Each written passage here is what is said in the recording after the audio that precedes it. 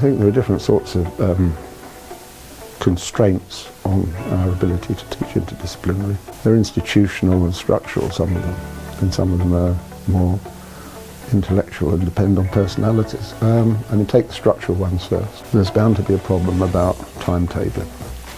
Now, if you take the WIHEA modules, which are generally interdisciplinary in the sense that several of them have got more than 3 or 4 ways of looking at things, because they want them to be widely available, probably have to teach them at 8 o'clock in the morning, at 7 o'clock at night to get any timetable slots, which requires some commitment both from the teachers and the pupils, students. There are things like workload models. If you're jointly teaching, you normally only get half the credit.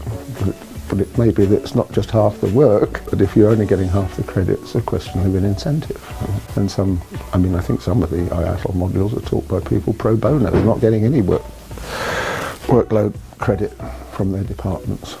So they are, really putting their heart into it. There is also, I think, a problem that I've come across where even lecturers can get defensive about their own discipline, so that the discussion can turn into a bit of an argument about my way of doing things is better, which is not the ideal solution. And I have heard students complain in a sort of a complaining way, that in a particular case, this just turns into an argument between the tutors rather than a proper discussion amongst the seminar group. I think you need to be fairly open-minded as the tutor as well as the student to make it work properly.